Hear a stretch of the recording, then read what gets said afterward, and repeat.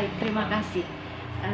Saya Maria Filiana Tahu, anak asli Malaka yang tinggal di kabupaten sebelah di TPU. Kurang lebih 20 tahun saya mengabdikan diri menjadi pendamping perempuan dan anak korban kekerasan. Dan saya berada dalam sebuah lembaga saya namanya YABIKU. YABIKU Nusa Tenggara Timur, karena melayani di TPU, di Belu, di TTS, dan juga di Malaka. Konsentrasi YABIKU ada pada pemberdayaan dan perlindungan perempuan dan anak, termasuk perempuan dan anak korban kekerasan dan penyandang disabilitas. Kasus ini bagi saya adalah tamparan hebat untuk pemerintah Kabupaten Malaka. Kenapa? Ini bukan kasus pertama. Saya ingat sekali sejarah kemarin setelah pilkada, ya, itu ada kasus kekerasan seksual juga yang terjadi yang menimpa anak mahasiswa saat itu. Dan kali ini terjadi lagi.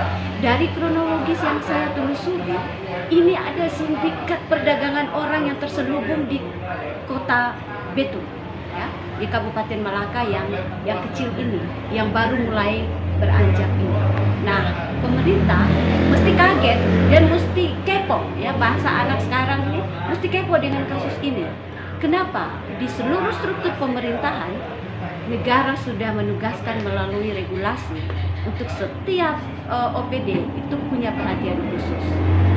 Sampai hari ini saya tidak pernah ada sibuk-ribuk dari teman-teman kita yang ada di OPD.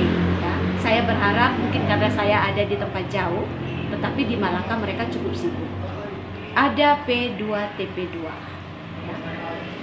Pusat pelayanan terpadu untuk perempuan dan anak ini harusnya sudah melakukan sesuatu untuk kasus ini. Gitu. Dan kalau saya membaca dari kondisi korban, keluarga, mestinya ini sudah diambil alih oleh pemerintah melalui P2TP2.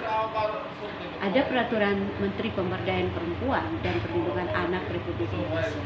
Ya, ada alokasi anggaran dana DAP non fisik yang dikelola di dinas ini, meskipun mungkin saat ini masih merger, ya, dinas pemberdayaan perempuan dan anak masih merger dengan dinas BKKBN. Ya, dengan BKKBN. Ya.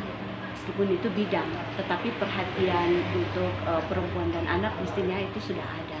Nah, sampai sejauh mana tindakan dari dinas ini untuk merespon kasus yang ada.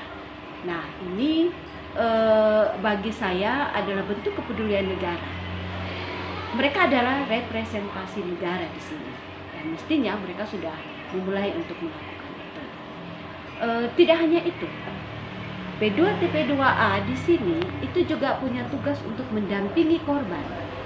Selain dengan Peksos yang ada di dinas sosial, mereka punya tugas. Mereka tidak bisa membiarkan keluarga sendiri berjuang. Apalagi mendampingi berjam-jam pada saat korban ambil keterangan di kepolisian misalnya. Nah, saya bersyukur kalau seandainya tindakan ini sudah dilakukan. Dan kita berharap itu harus dilakukan oleh pemerintah melalui OPD-OPD terkait. Seperti itu. Oke, pertama untuk kepolisian, ya. Kalau kita semua memberikan komentar itu, kita mendukung Polres Malaka untuk dengan cepat, tuntas, dan penuh kepedulian untuk menyelesaikan kasus ini. Kasus ini kalau terungkap dan diselesaikan dengan segera, dengan sendirinya akan membuka mata semua orang bahwa stop kekerasan seksual. Ya, orang tidak lagi gampang untuk memanfaatkan kelemahan anak untuk memuaskan nafsu seks. Apalagi orang-orang yang punya kepentingan, ya, yang merasa punya kekuasaan, relasi kuasanya kemudian timpang hanya karena merasa anak gampang dibully, gampang digunakan untuk memuaskan nafsu mereka. Yang berikut, berbagai stakeholder yang lain, gereja, Forum Pengada Layanan, YABIKU NTT sebagai salah satu anggota Forum Pengada Layanan Indonesia, berharap di sini ada, di Malaka ada, tetapi pihak-pihak yang lain, ya, pihak-pihak yang peduli, organisasi-organisasi masyarakat yang lain, mestinya sudah merasa bahwa persoalan ini persoalan bersama. Tidak hanya persoalan keluarga, tidak hanya persoalan korban dan keluarga. Kemudian tidak hanya persoalan kepolisian, tetapi gereja, semua organisasi masyarakat, terutama pemerintah, sudah harus memikirkan langkah strategis untuk memberikan pencerahan kepada masyarakat di Kabupaten Malaka. Minimal pendidikan anti kekerasan terhadap anak, kekerasan terhadap perempuan, supaya ketika orang mengalami tindakan kekerasan, dia tahu di mana dia mengadu, bagaimana caranya dia mengadu. Dan korban mesti tahu bahwa dia punya hak bersuara.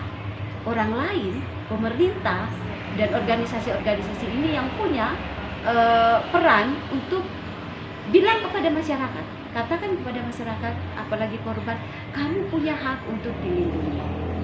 Ketika ini mereka tahu, yang pasti bahwa mereka akan berani untuk bersuara jika mengalami tindakan kekerasan. Maka kita tidak perlu salahkan, kita tidak boleh cepat menyalahkan korban.